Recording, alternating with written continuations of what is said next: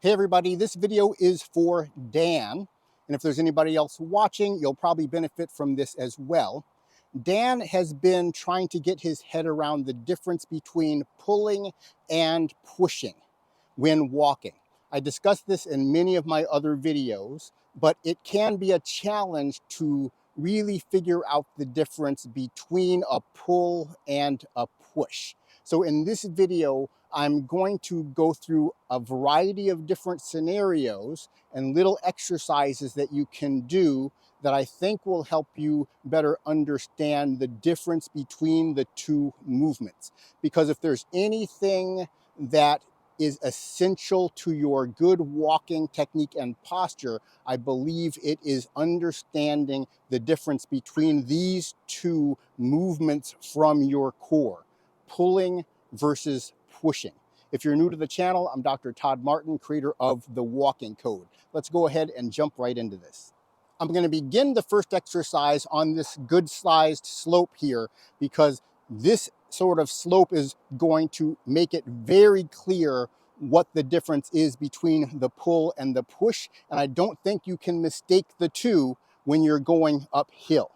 So we're going to begin with 1 foot forward, and that forward foot is going to be facing straight forward in the direction you're going to walk, and the rear foot is going to be turned out at an angle about 45 degrees. And I haven't mentioned this yet, but if you have duck feet, this is a really good exercise to get your body moving in line with your standing leg and help cure those duck feet.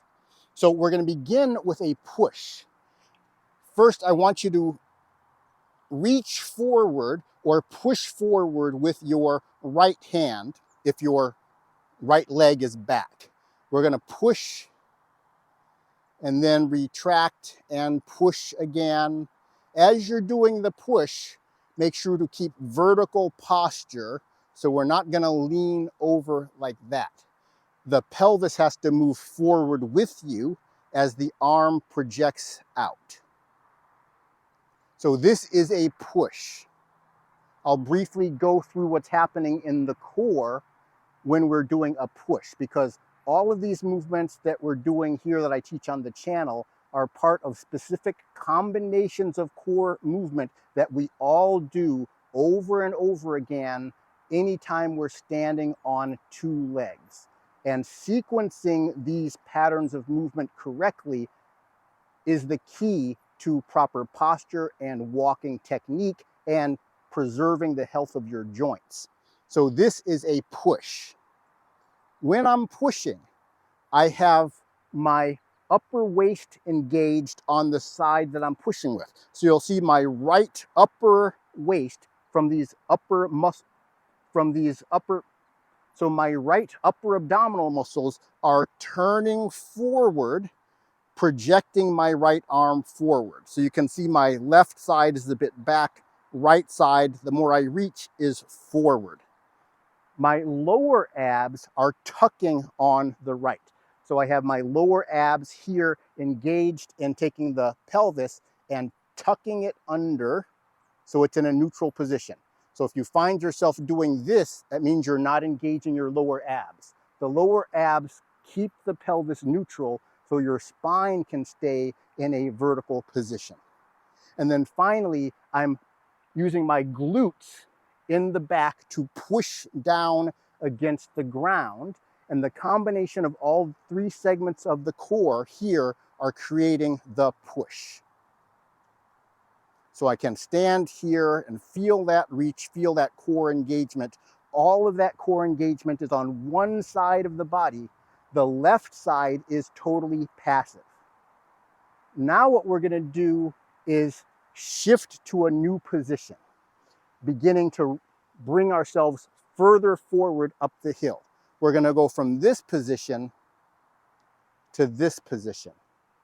And so now I'm going to be reaching forward with my left hand instead of my right hand because I've switched the sides of my core engagement in the waist from right to left.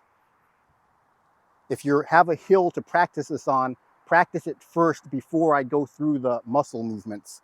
but we're going from this position to this position. Push, and this next position I call reach. When we do reach, we're still using the glutes on the rear leg, but now we're using the waist muscles on the side of the forward leg. So I'm now tucked on the left using the lower abs, and I have forward motion from the left upper waist here. I didn't change the glute action. In order to move up the hill, I simply changed the core rotation from a twisting action on the right to a twisting action on the left. That was the core action on the right. I just switched the core engagement to the left, and that gets me to this position. I've done some previous videos on kickboxing actions because kickboxing techniques are a good way to feel the core projection. This reach action is what somebody would do if they were throwing a jab. So if you want to practice that, just sit back on your rear leg, bring your arms up and throw the jab. The jab is the reach. Glutes on the rear leg, and then waist rotation on the side of the arm that's projecting, going forward here and tucking on that same side. So that is a reach. When we combine the push before the reach, we get this and then this. From this position is now where we're going to pull up. So I have my waist core engaged on the left, and then now I'm going to use my hip flexors on the left to pull the body up to a standing position. This is where people get confused and they think they're going to push with their glutes to push the body up. But from this position, we are going to actually use the muscles in front to pull the body up. If I try to use the glutes right now and push, that's what's going to happen. They're going to push me back. So you can only pull up from this position. We had our push, reach. Some people will find they bend over like this so they can push up. That's what a lot of people do when going up hills or going upstairs. But when we want to go uphill with proper posture, we're not going to lean forward. We're going to go from the push to the reach, and then we're going to pull from the hip flexors in the front. So I'm now balanced in a standing position with proper posture, and I have my hip flexors here engaged, and they're keeping me stable even though gravity wants to pull me back down the hill. So you should feel, if you're on a large enough slope, your front muscles in the hip engaged here, because that's what's keeping you in position. Now we're going to go from here, the pulling forward, and this core technique in the walking code is called lift for obvious reasons. I just lifted myself up.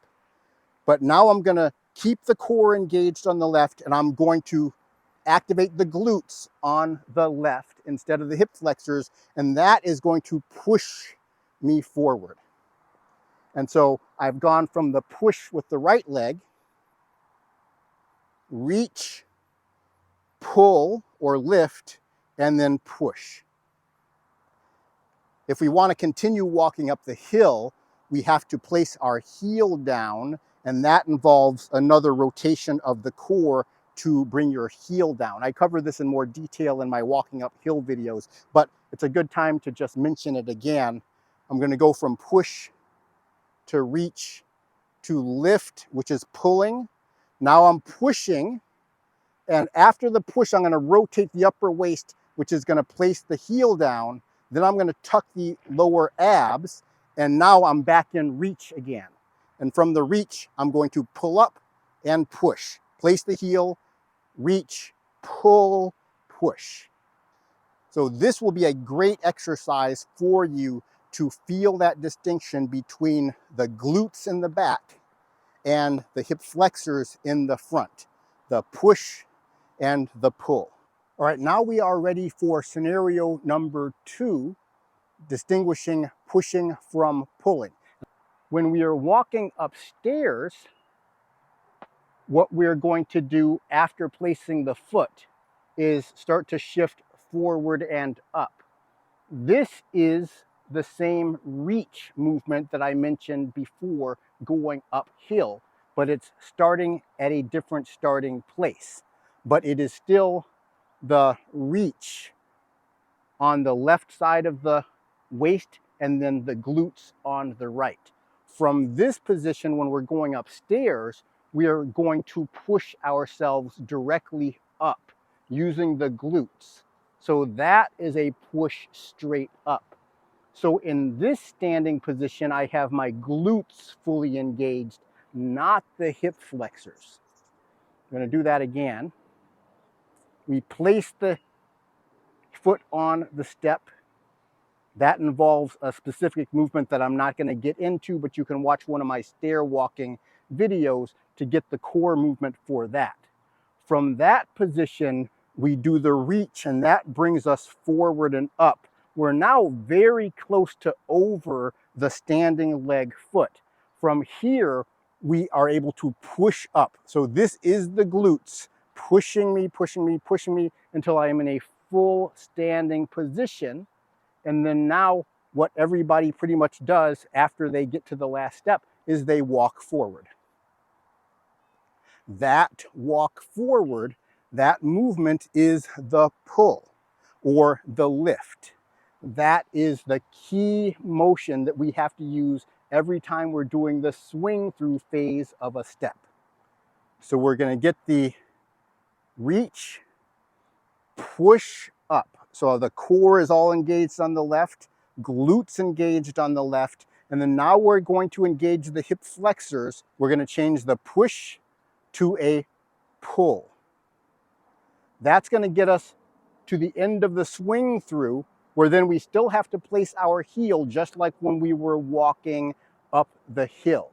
And then that is also going to be done by rotating the upper waist to place the heel down. After the push, reach, push, pull, and then rotate to bring the heel down, and we continue the sequence in what's normal walking.